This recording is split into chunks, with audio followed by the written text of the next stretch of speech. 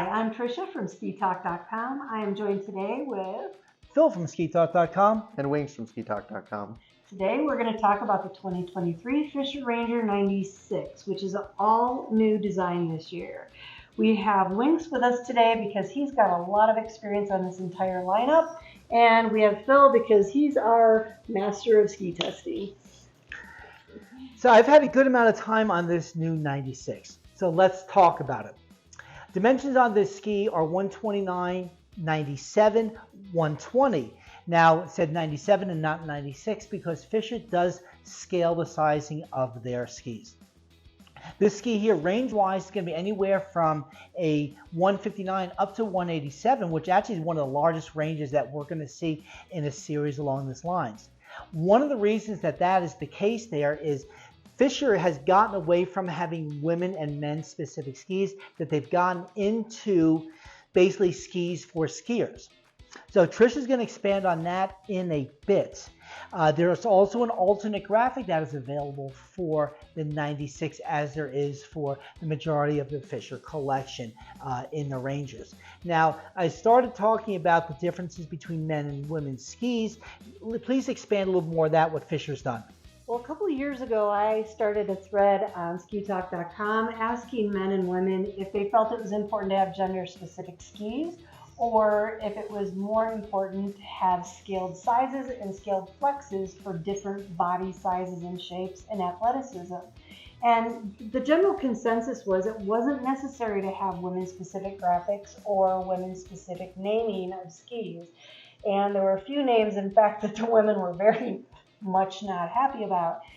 And that particular thread it piqued the interest of the people at Fischer. And when we were at SIA, I was approached by somebody from their European division to talk to them about whether or not this was a good direction to go. And that year, coincidentally, was when they started to phase out all of the women-specific names, and it started to change more into the flexing changes and the size changes for different body sizes. Now, Greg, you've also worked with Fischer in the development of the ski. Yeah. So the idea came to just sort of change the whole Ranger line, to update it, really, to make it broader for the masses. And I think they did a fantastic job doing that. The 96 was one that they focused on a lot, as they felt like they already had a pretty good shape for the 102. And so they wanted to just kind of scale that up and down, and that's really how the 96 came about. Now, personally, the previous 94, there was two versions of it, the Thai and also the FR, correct? Yes.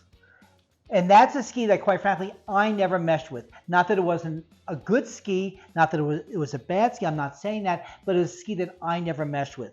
What I did like about this ski here, that it took some of the best attributes of those two skis and brought it together. So they did a super job with this new collection, specifically this 96. Now, with even at 96, the tip on this we mentioned is a 129 tip, which is a little bit straighter than some of the other skis that are in this range. What that does, when you get the ski into mixed conditions, it doesn't get very nervous. So in that 96 range, it is definitely one of those skis that is a little more comfortable in off-piste conditions. Yet when you get the ski onto edge, it still comes around really nicely. They did a super job with that. And I think in the range is probably one of the more versatile skis in that range. Absolutely. I think that the 96 totally appeals to the West Coast skier. Yeah. I think even though the 90 is there, they're going to see the 90 as a little more carvy one, whereas they're going to gravitate right to this as like really the West Coast ski. Mm-hmm. And due to its construction, its flex shape and all that, I think a lot of people will be really happy with this ski. I think so too. So who's this ski for? I would say as far as in that mid 90 millimeter range, that is going to be for that ski that's looking for something a little more off-piste biased in that range. As far as who's it not for, I would say if anything, maybe the nth degree chargers.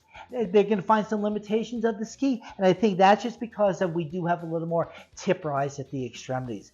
But I don't think it's construction that's going to hold them back. No, I don't think so. I think that a few skis in this category have been more charger-based, and this feels a little more versatile. Yeah, no, I agree so. So, Trish? You know, remember, skiing is fun. To read the full review of this ski, please go to SkiTalk.com and click on the review tab. Please also hit the like button and subscribe to our YouTube channel to see more reviews and other ski-related content, and add thoughts in the comment section below. Of course, follow SkiTalk.com on all of our social media channels. Popcorn was popped for the production of this video.